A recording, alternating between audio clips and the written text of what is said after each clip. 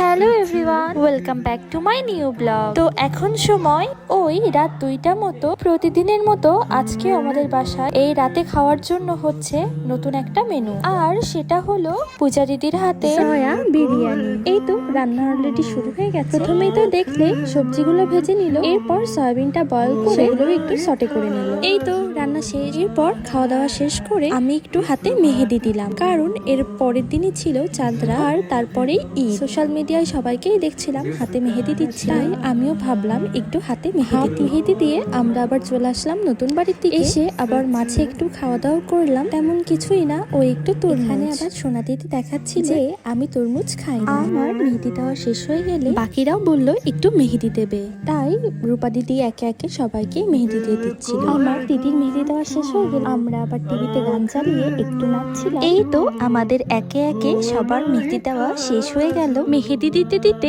আমাদের ওই ভোর 5টা মতো বেজে গেছিল। তো আজকের ব্লগটা এই পর্যন্ত। ভালো লাগলে অবশ্যই লাইক, কমেন্ট এবং শেয়ার করবে। দেখা হচ্ছে নতুন একটি ব্লগে। ততক্ষণের জন্য টাটা।